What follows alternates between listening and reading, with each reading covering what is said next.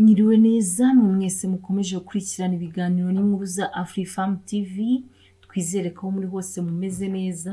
Uyu munsi tugiye kurebera hamwe uburyo butandatu bwo kwinjiriza ku mbuga nkoranyambaga bwahiriye benshi, barimo Shaddy-Boo, Diamond na Cristiano.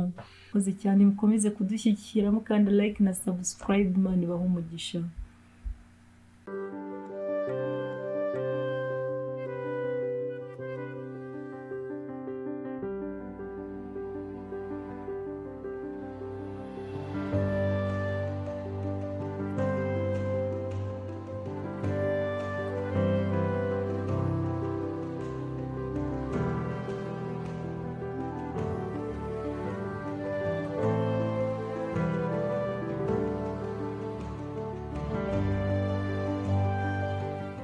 Mwiriwe neza mwese mukomeje gukurikirana ibiganiro n'inkuru za AfriFam TV, twizere ko muri hose mumeze neza.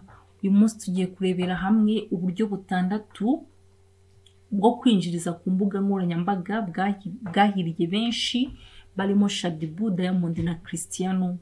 Mu gihe abenshi bahagirira ibyishimo bagatahira ibyo, abandi babibonyemo ubucuruzi bukomeye, ndetse n'ibyo byishimo nabyo bigaherekeza ubucuruzi bakorera ku mbuga nkoranyambaga mu buryo wotazi kandi uhora ubahanze amaso. Cristiano Ronaldo ni umukinnyi wabigize umwuga ku isi ukinira ikipe ya Juventus. Uyu mukinnyi niwe ukurikirwa ku rubuga rwa Instagram ku isi yose, ndetse yishyurwa buri kintu cyose ashyize ku rubuga rwe rwa Instagram rukurikirwa n'abarenga miliyoni 300.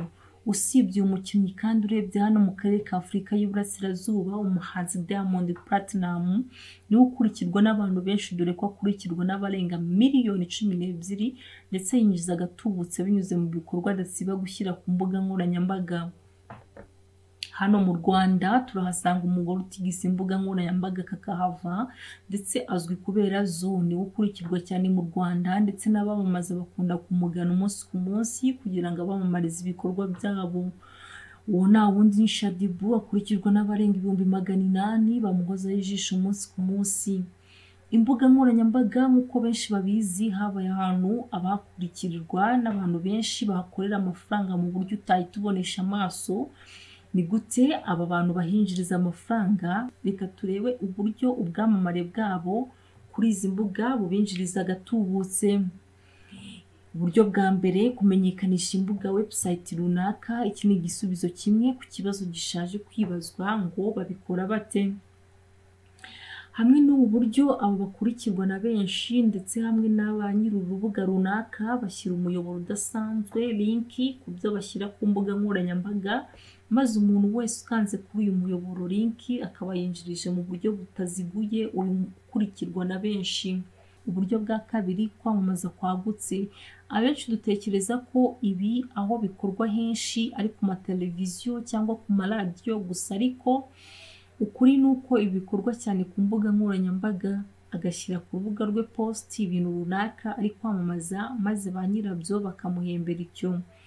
Abantu batambutse ubutumwa binyuze ku majwi ariko atari ku maradiyo, kuko ubwumva ari ufite internet, podcast, wanabakurikiye ku mbuga zabo, ashyiramo ijwi ryamamaza ibikorwa runaka mu buryo bwo kuganiriza abamukurikira.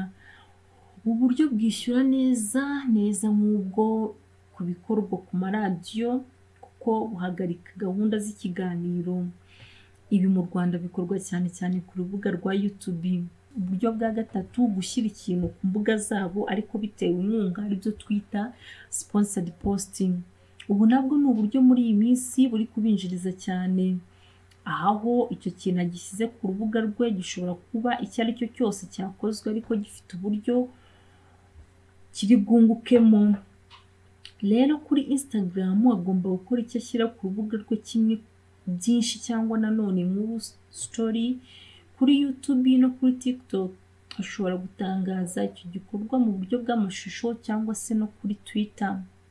Uburyo bwa kane, kugurisha amafoto n'amashusho. Ubu buryo wenda nabwo buramamara cyane mu Rwanda, ariko ni uburyo bukorwa cyane n'abakunda gutembera, maze amashusho cyangwa amafoto bafashe aho batembereye bakayagurisha cyangwa se akagura uburenganzira bwo kuyakoresha mu bikorwa byawe runaka.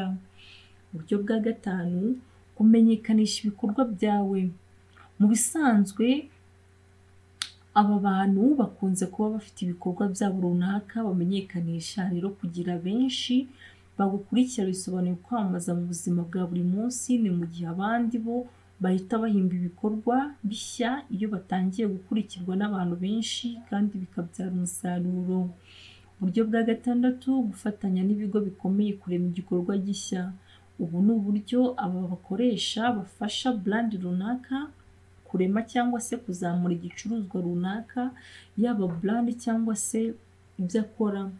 Ibi bikunda kubaho cyane hifashishijwe abakinnyi b'imikino itandukanye bakurikirwa cyane kurusha abandi. Murakoze cyane, mukomeze kudukurikira mukanda like na subscribe. Imana ibahe umugisha.